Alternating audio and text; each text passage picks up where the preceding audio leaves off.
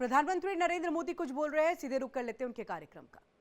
Horizon साथियों, अनंत अंतरिक्ष हमें हमेशा ये एहसास दिलाता है कि वहां कोई भी पड़ाव अंतिम पड़ाव नहीं है।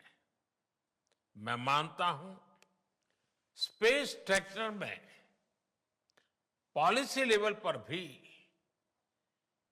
कहीं कोई आखिरी ठहराव नहीं होना चाहिए। और इसलिए मैंने लाल किले से कहा था, हमारा रास्ता रिफॉर्म, परफॉर्म और ट्रांसफॉर्म का रास्ता है। इसलिए बीते 11 वर्षों में देश ने स्पेस सेक्टर में एक के बाद एक लगातार बड़े रिफॉर्म्स किए हैं। एक समय था जब स्पेस जैसे फ्यूचरिस्टिक सेक्टर को देश में अनेक पाबंदियों से बांध दिया गया था। हमने इन बेड़ियों को खोला। हमने प्राइवेट सेक्टर को स्पेस टेक में परमिशन दी और आज देखिए देश में 350 से ज्यादा स्टार्टअप्स स्पेस टेक के इनोवेशन और एक्सेलरेशन का इंजन बनकर उभर रहे हैं। इस कार्यक्रम में भी उनकी बढ़ चढ़ करके उपस्थिति दिख रही है। हमारे प्राइवेट सेक्टर द्वारा बनाया गया पहला PSLV रॉकेट भी जल्द ही लॉन्च किया जाएगा। मुझे खुशी है कि भारत की पहली प्राइवेट कम्युनिकेशन सैटेलाइट भी बनाई जा रही है। पब्लिक प्राइवेट पार्टनरशिप के जरिए अर्थ ऑब्जर्वेशन सैटेलाइट कॉन्स्टलेशन भी लॉन्च करने की तैयारी है। आप कल्पना कर सकते हैं स्पेस सेक्टर में भारत के युवाओं के लिए बहुत बड़ी संख्या में अवसर बनने जा रहे हैं। साथियों, मैंने 15 अगस्त को लाल किले से ऐसे अनेक क्षेत्रों का जिक्र किया था जिसमें भारत को आत्मनिर्भर होना बहुत जरूरी है। मैंने हर सेक्टर को अपने लक्ष्य तय करने को कहा है। आज स्पेस डे के दिन मैं देश के स्पेस स्टार्टअप से कहूंगा, क्या हम स्पेस सेक्टर में अगले 5 वर्षों में 5 यूनिकॉर्न खड़े कर सकते हैं? अभी हम भारत की धरती से साल में 5-6 बड़े लॉन्च देखते हैं। मैं चाहूंगा कि प्राइवेट सेक्टर आगे आए और अगले 5 साल में हम उस स्थिति में पहुंचे कि हर साल 50 रॉकेट लॉन्च कर पाए, हर सप्ताह एक।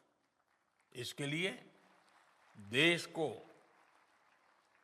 जिन नेक्स्ट जन रिफॉर्म की जरूरत है वो करने का सरकार का इरादा भी है और इच्छा शक्ति भी है। मैं आपको विश्वास दिलाता हूं, सरकार हर कदम पर आपके साथ खड़ी है। फ्रेंड्स, भारत स्पेस टेक्नोलॉजी को साइंटिफिक एक्सप्लोरेशन के साथ ही ईज ऑफ लिविंग का भी माध्यम मानता है। आज स्पेस टेक भारत में गवर्नेंस का भी हिस्सा बन रहा है। फसल बीमा योजना में सैटेलाइट बेस्ड आकलन हो, मछुआरों को सैटेलाइट से मिल रही जानकारी और सुरक्षा हो, डिजास्टर मैनेजमेंट हो या पीएम गति शक्ति नेशनल मास्टर प्लान में जियो स्पेशियल डेटा का इस्तेमाल हो। आज स्पेस में भारत की प्रगति सामान्य नागरिकों का जीवन आसान बना रही है। इसी दिशा में केंद्र और राज्यों में स्पेस टेक का इस्तेमाल बढ़ाने के लिए कल नेशनल मीट 2.0 का आयोजन भी हुआ है। मैं चाहूंगा ऐसे प्रयास आगे भी चलते रहें। हमारे स्पेस स्टार्टअप भी नागरिकों की सेवा के लिए नए सॉल्यूशंस दे, नए इनोवेशंस करे। मुझे विश्वास है आने वाले समय में अंतरिक्ष में भारत की यात्रा नई ऊंचाइयों को छुएगी। इसी विश्वास के साथ आप सभी को एक बार फिर नेशनल स्पेस डे की बहुत बहुत बधाई। धन्यवाद। That was an inspiring message from our Honorable Prime Minister, envisioning space as the high frontier of India's growth story. तो आप यहाँ पर सुन रहे थे नेशनल स्पेस डे पर प्रधानमंत्री नरेंद्र मोदी को, जिस तरह से उन्होंने एक नए आयाम का जिक्र किया है और वहीं शुभांशु शुक्ला की इस कामयाबी का भी जिक्र करते हुए उन्होंने गौरवान्वित होने वाले बातों का जिक्र किया। और देखिए यहाँ पर उन्होंने कहा कि अगर हम इस दिशा में और भी ज़्यादा तरक्की कर लेते हैं तो ऐसे में हमारे मछुआरों को बहुत कुछ जानकारी जो है एक सैटेलाइट के माध्यम से मिल पाएगी और पता चल पाएगा कि अब क्या होने वाला है, समुद्र में जाना है नहीं जाना है, तमाम ऐसी चीज़ें जो है वो हमारे मछुआरों को, लोगों को जो है पूरी जानकारी इस बारे में मिल पाएगी।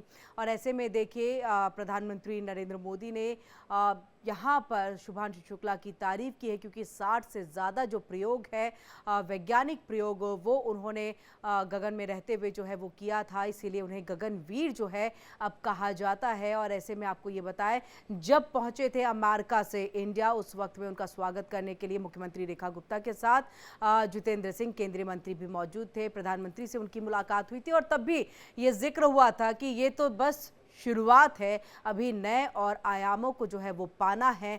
और ऐसे में देखिए आज ये महत्वपूर्ण दिन नेशनल स्पेस डे, और इसी में इस बात का जिक्र करते हुए कि कई लोगों के लिए अब आइडल के तौर पर शुभांशु शुक्ला।